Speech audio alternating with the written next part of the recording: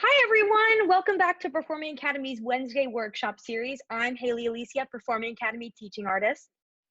And I'm Rena Wilson, Executive Director and co-founder. We are super excited to bring you tonight's self-tape workshop discussion with Daren A. Carollo, Executive Director of 42nd Street Moon, right here in San Francisco.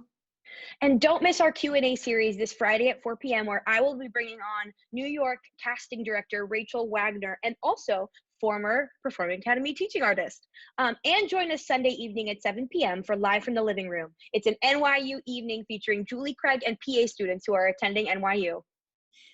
Renee and I started Performing Academy, formerly Castro Valley and La Miranda Theater Academy, in 2011. Our passion for the arts and our desire to build audiences for the next generation is what drives us every single day. In these challenging times, we need your financial support. Every dollar right now can help keep our mission alive and help us training students for many, many years to come. Through all of this, Performing Academy has continued to provide training to students in singing, acting, and dancing via Zoom, these Facebook Live events, and many other ways. So please, please consider a donation to Performing Academy, as well as signing up for our very exciting summer ahead with virtual training starting June 8th and going through August 8th, as well as virtual mini camps. And we are hopeful we will be back together in July and August, but we promise we will keep the arts alive in your home. All right, without further ado, let's go ahead and bring on my dear friend, Daren A. Carollo. Darren, come on in. Thanks for having me. Doorbell. Ding dong.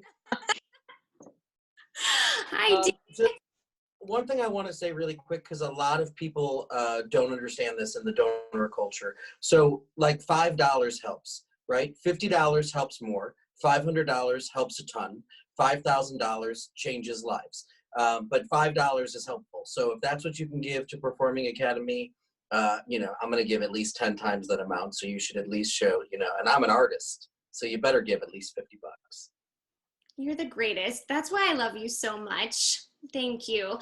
I want to share with everyone watching today why I love you so much and kind of our journey. So I owe a lot of my career to Darren.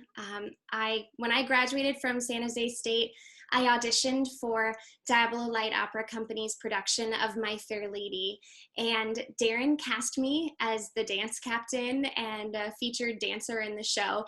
And at the time, he didn't even know that I could sing.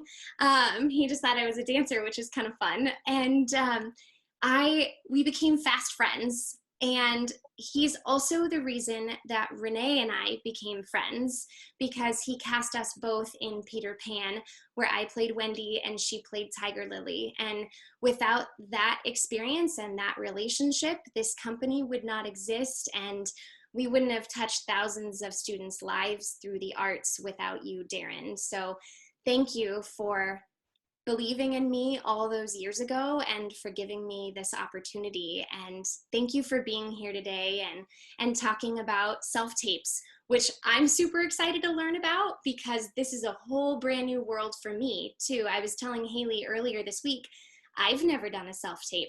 I have only in my life as an actor ever had live auditions. So I'm super excited to be on tonight and to learn. So I'm gonna let you and Haley take it away from here. So thanks again, Dee. Thanks, Ree. So I know that there's going to be a lot of discussion back and forth between Haley and I just want to set out like a couple of parameters. One, everyone has a different opinion about this. When Rachel comes on, is that Sunday or Friday? Friday. When she comes on, she might have a whole different opinion about this. And in order to prepare for today, not only did I reread all of the rules that 42nd Street Moon set up for this year's generals, I also took time to watch all 300 self-tapes. 42nd Street Moon generally does 2 days of cattle call generals, where you come in, you sing your songs, we can feel the energy that you can give in a live setting. And we'll talk about slating in a moment, because that is even more important in a digital world than it is in a live setting. But remember that the most important thing you can do in a self-tape is follow the directions. So if the company has done a good job, as they should, in setting out the guidelines of how far they want you to be from the camera, how many measures to sing, some concept of the volume mix between you and your speaker device, or if you're lucky enough to be in a live studio, which obviously these 300 and some actors were not, because we're in quarantine. So we asked our actors this year to submit general videos. I still call them tapes because I'm 42 years old. And it was really interesting to see how many people followed the rules and how many people didn't follow the rules. So it's like, Haley, we have to go back and forth between like, well, this person they communicated the story. They told the story beautifully.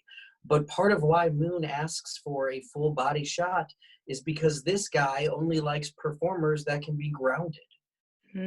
It really gets to me, like right now I'm over gesturing, right? Because I'm just being myself. I'm not in a performance. And sometimes you want that because it's realism, but often you want someone that can convey a story and keep their weight completely grounded. And I'm a big shifty guy, and I'm a weight shifter. And so when I want the opposite in a performer. And that's the rationale behind the full length shot. And Haley, feel free to chime in, because I'll verbal vomit until you do.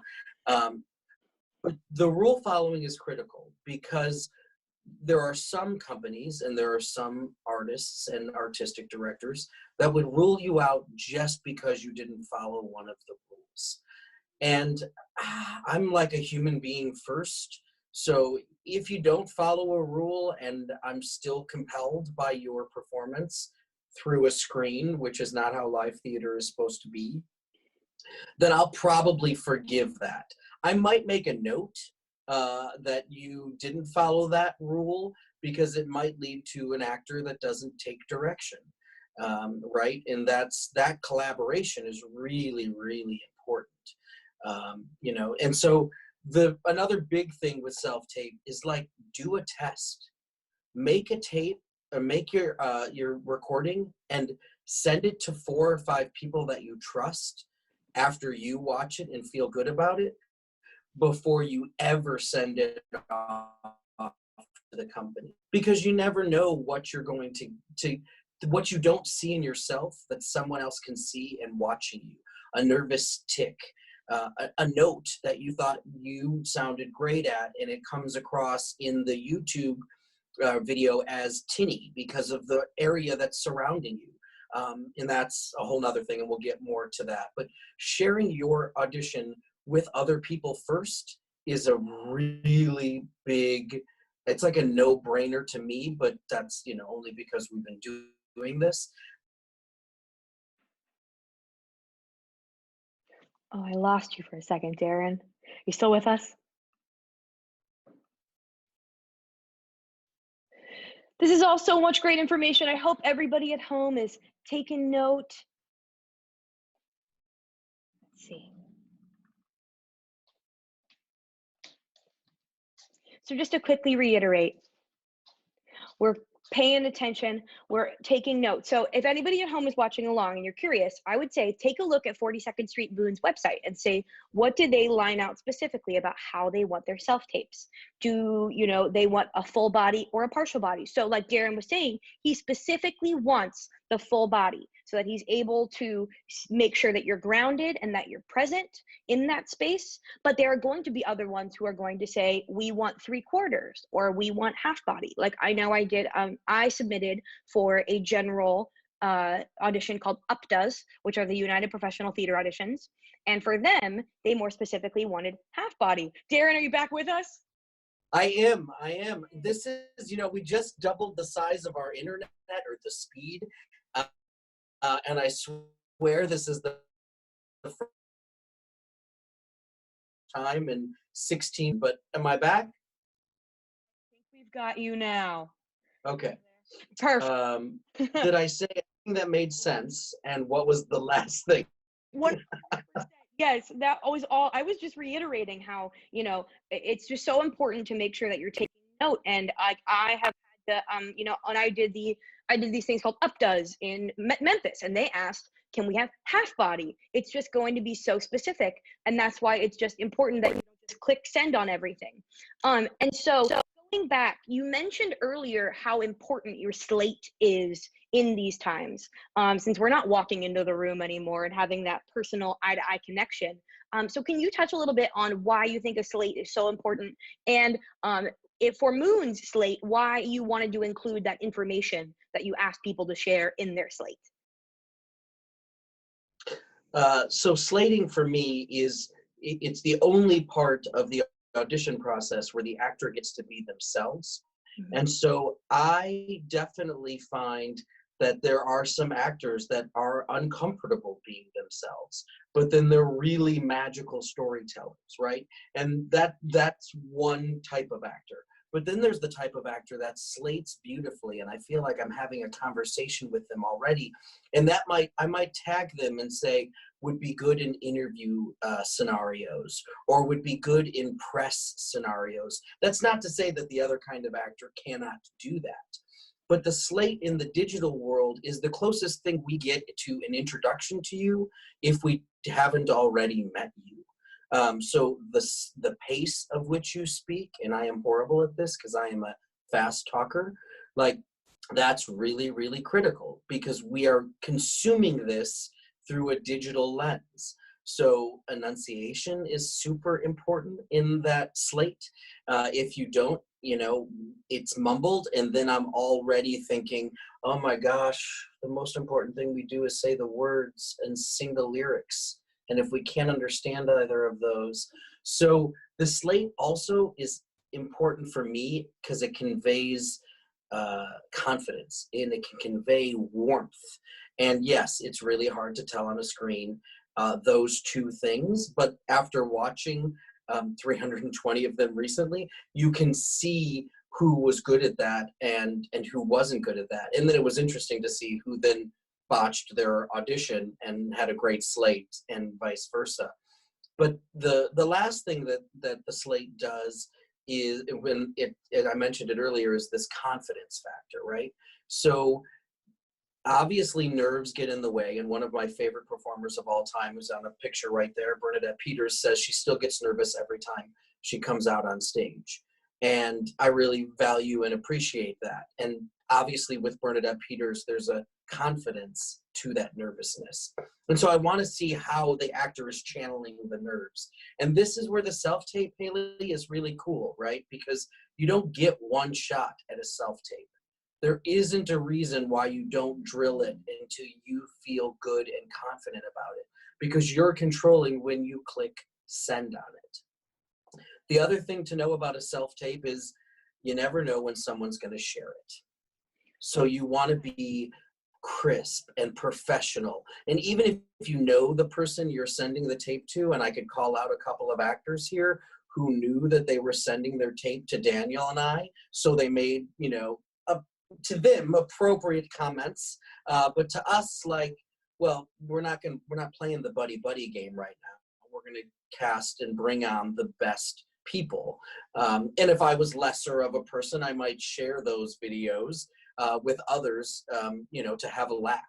So remember that. That's a tiny thing.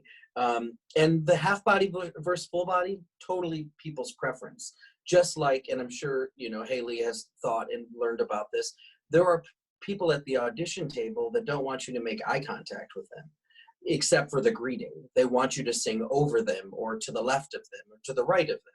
And that's all personal preference, right? Just like the body. Lighting is the next thing that I would spend some time on.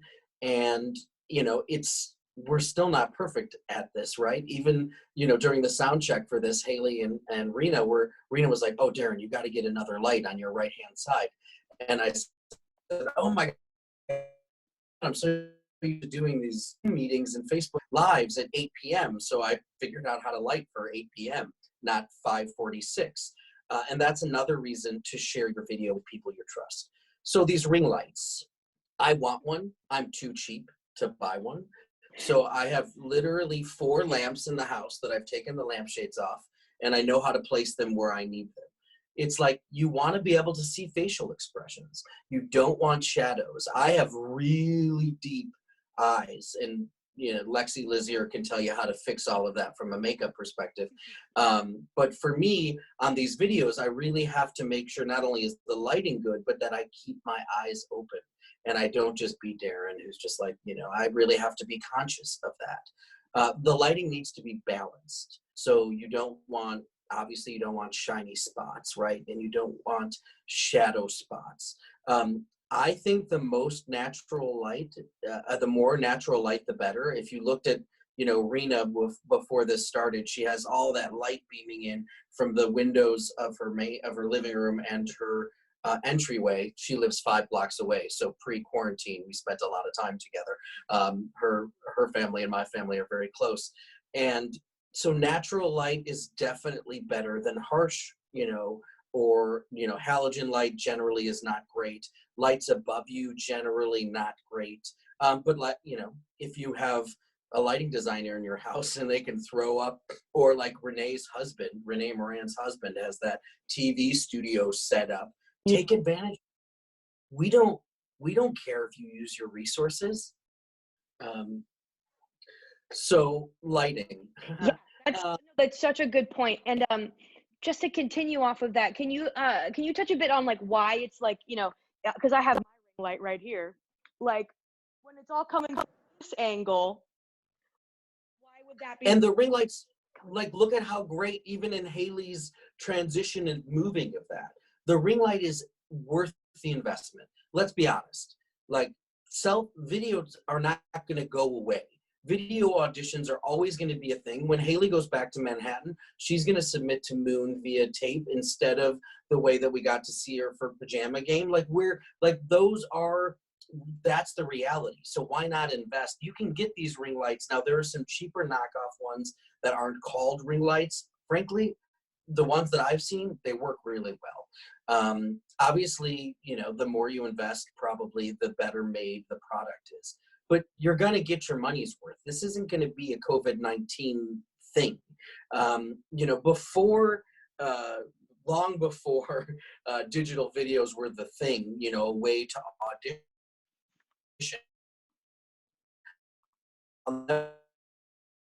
Through where I cast the actor, and it was Penny in Hairspray, and this quirky, wonderful Hannah from the middle of the Midwest was able to submit, and it was all, I was like, I'll never give a lead from a video, and we never saw her in person. She submitted her own material and then submitted the callback material, and she was poised.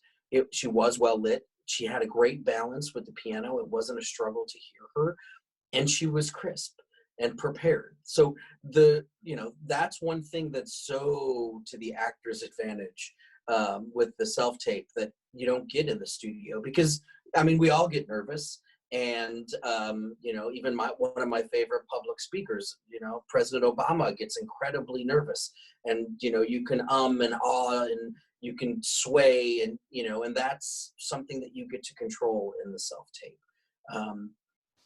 I would invest in, if you want to pursue as a career, why wouldn't you invest in good lighting for a self-tape? There'll be a time when hopefully you'll be able to go back to Performing Academy and rent their studio for your self-tape, so that you can have a great sound and a great clean room, and you don't have the clutter of my office manhole, but behind you here. That's another thing that we could talk about. Like, right now, if you look behind Haley, she has a pretty neutral background. She's got a piece of art on each side.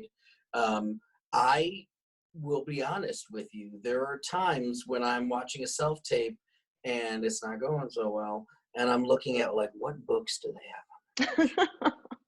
And oh wow, they really like Andrew Lloyd Webber.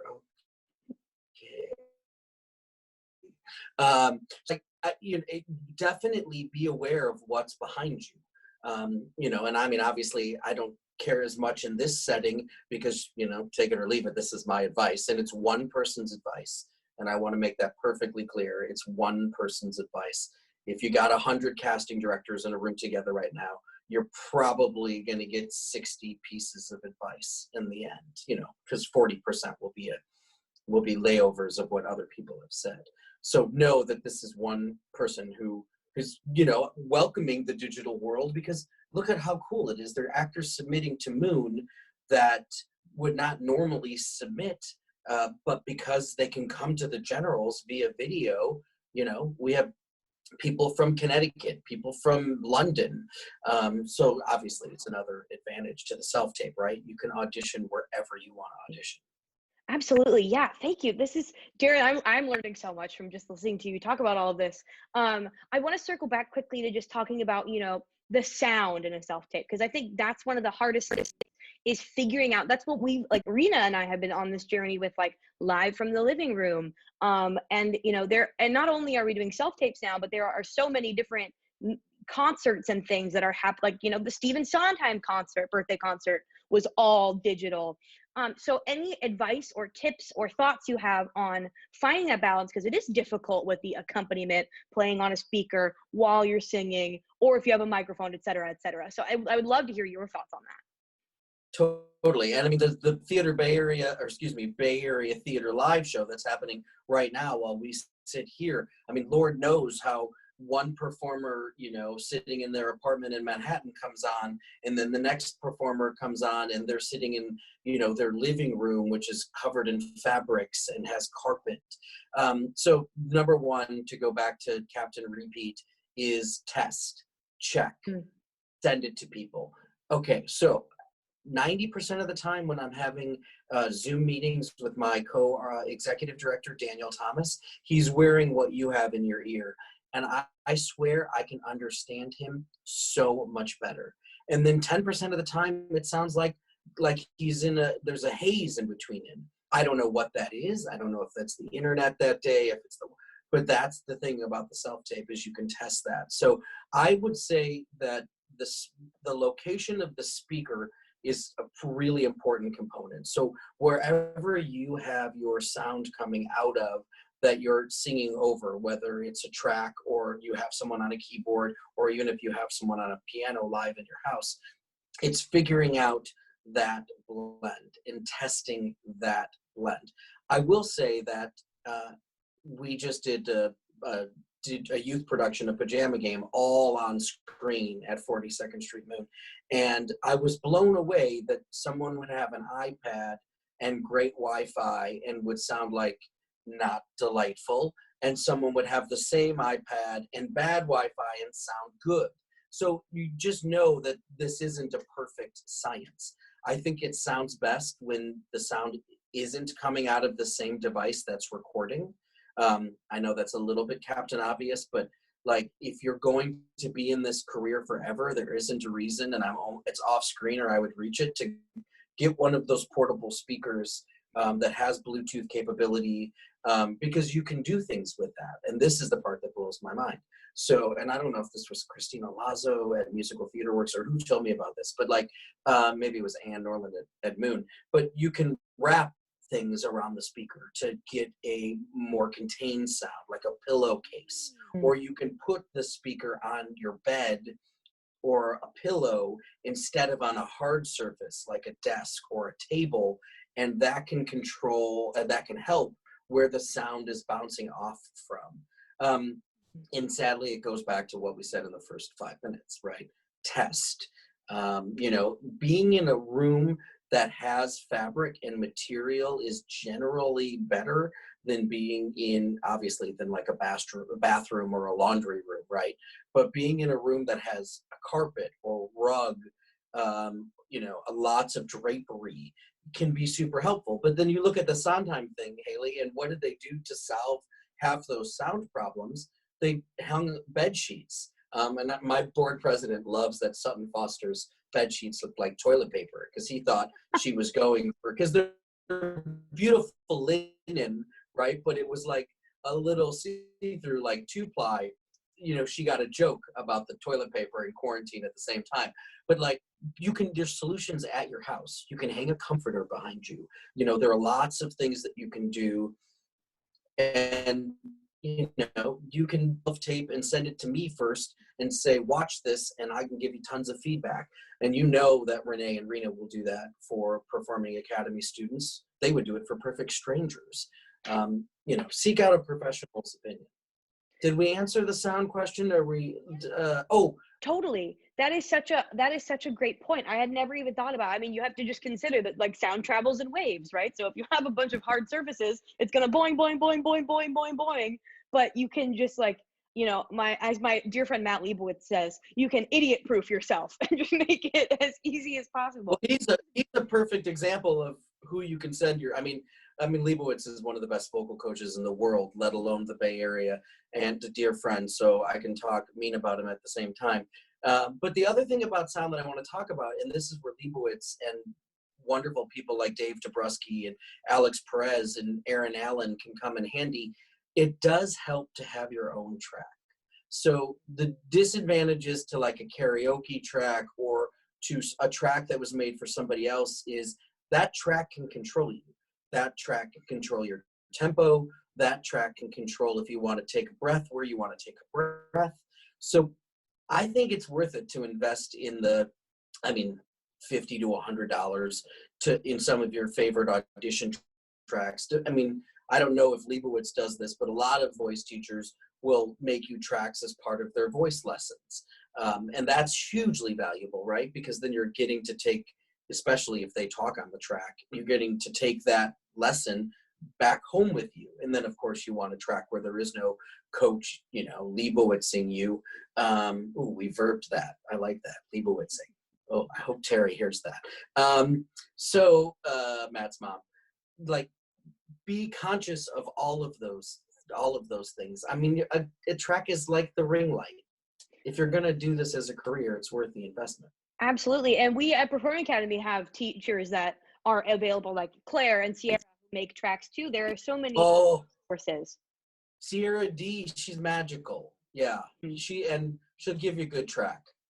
Perfect. Thank you. And then one thing I want to come back to also, as we're bringing it all in. So we've done we've done our self tapes. We've gotten the right shot, lit well. We got the sound well. We've sent it to friends, got it checked out. Where do you recommend for the uploading? So some people will want you to upload it to YouTube. Some will want Drive. Some will just want you to send a file. Where do you land on all of that? Well, I'm going to speak for Darren Carollo first, and then I'm going to, even though I don't like to use my name in the third person, and then I'll speak for Moon second. I like attachments. I'm old. They are clunky, they are horrible, and there's probably no one else like me in the world. The Dropbox is super convenient. YouTube is super convenient. And the thing about both of those is they allow much larger files, much richer sounds. So both better, Google Drive, fantastic. We do all of our general monitoring through Theater Bay Area through a Google Drive document. And, and I think, honestly, it's really on the receiver's end too. And this is where artists and, business or theater leaders get picky. Because frankly, we're just like any human, we're used to our routine, and sometimes we're ready to evolve. And sometimes we have a hard time with technology. But I do think if the company says to you, send it this way, and you send it a different way, that's going to be potentially a small percentage point against you. So it goes back to following the rules. And even though something, don't be afraid to learn the way that they're trying to get you to use. And this is the other thing that is very true at Moon, and frankly, I think most Bay Area theater companies. Ask questions.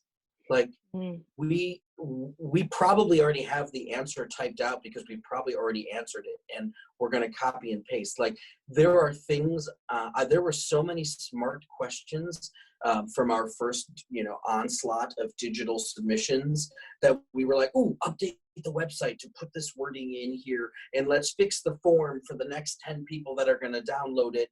So that helps us too. And any artist or any company that can't take feedback, they've stopped growing and evolving, and that probably means they're going to die eventually. So if they get snooty or snotty about you asking a question, I mean, remember what our parents said to us, and they were right. There really aren't dumb questions. There's just dumb people not answering the smart questions. So feel free to reach out. Like, the human component here, especially in today's time, people should be giving you the benefit of the doubt and should be answering your questions.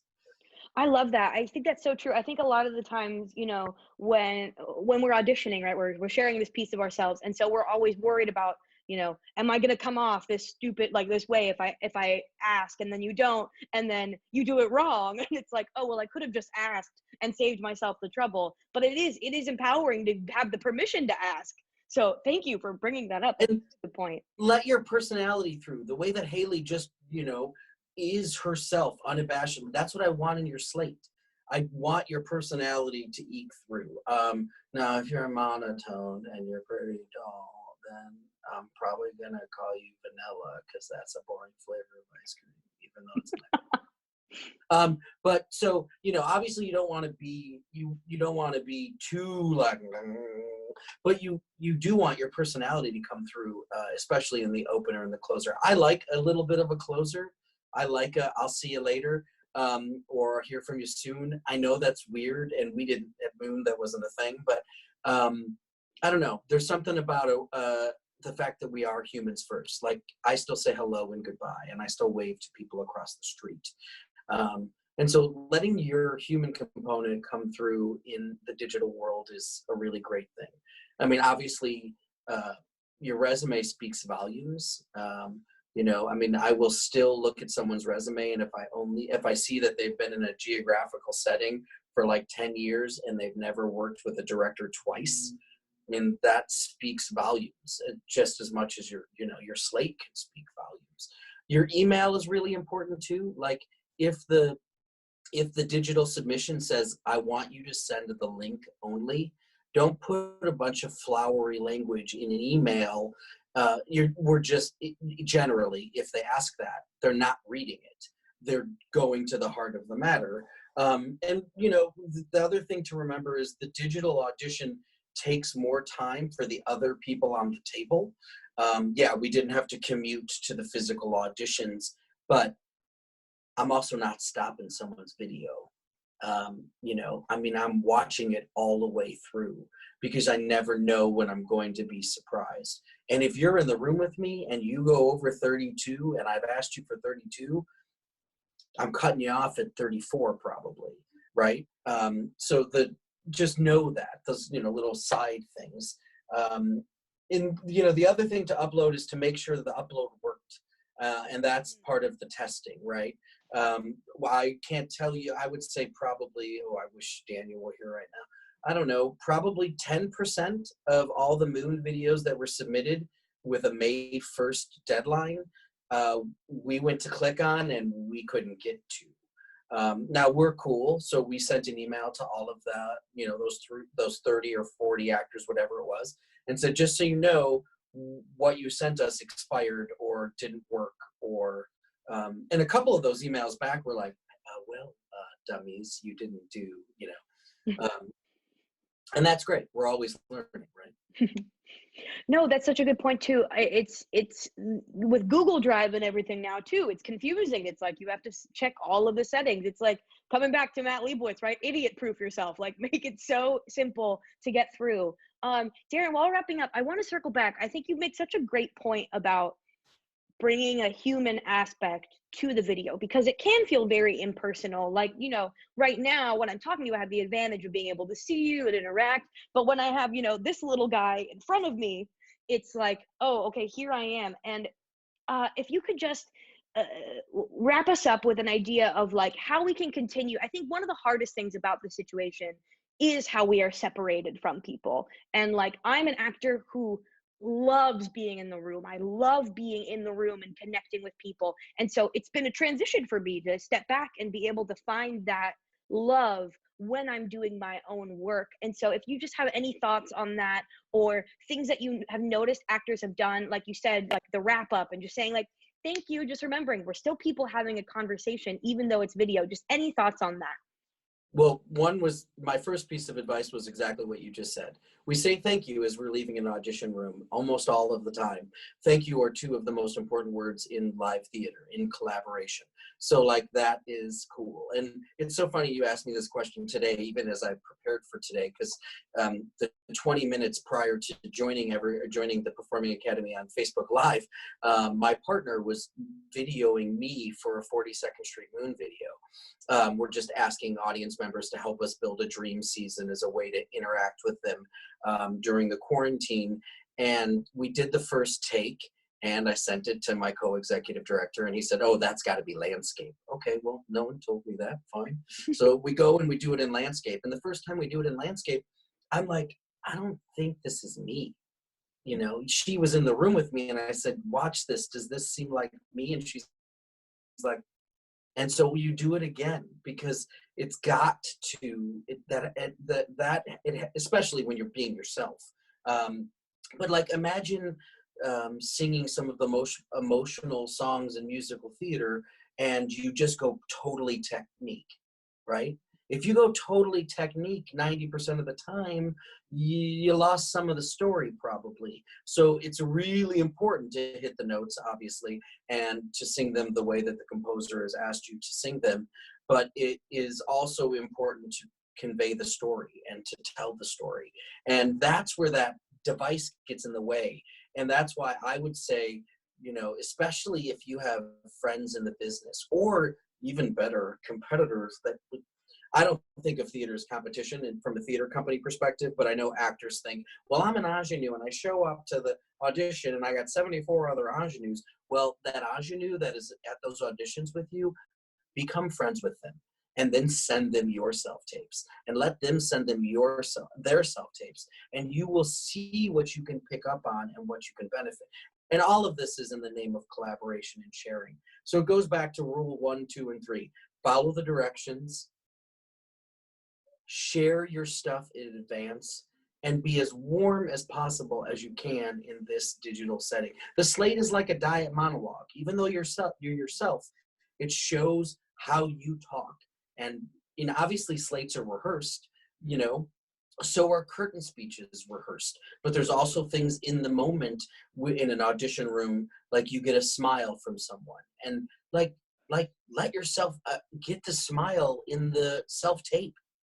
You know, I love when people walk in the room. I can either tell I need to make them feel comfortable by talking, or I can make them feel comfortable by saying nothing.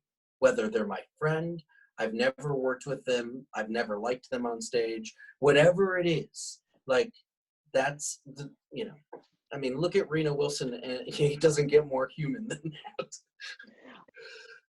Darren, this has been so valuable, and I have learned so much. I'm so glad I'm here and being able to have this experience and learn from you about it. Rena, if you're ready to come on back in, this has just been so great. Thank you so much for doing this, Darren. I can't say it enough. This has been, oh, look at G-Man's here. Hi, Gordon. G-Money. Yeah, Uncle D. Hi. Did you get any creepy crawlers today? Do you get any bugs today? No. No. No bugs today. Oh, that haircut is working for you, buddy. I need you to send your mom over here in a mask and cut my hair.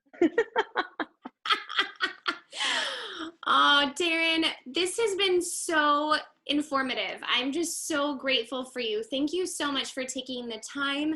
And I also want to give a big shout out to 42nd Street Moon, another incredible arts organization who could use your support during this time. Let's keep the arts alive and keep the connections going. Thank you so much, Darren. We hope that you'll join us on Friday evening with Rachel Wagner for an amazing I can't wait. Q&A. Me too. It's going to be a great night. Thanks again, Dee. We love you and have a great evening. Thanks for having me, Ring.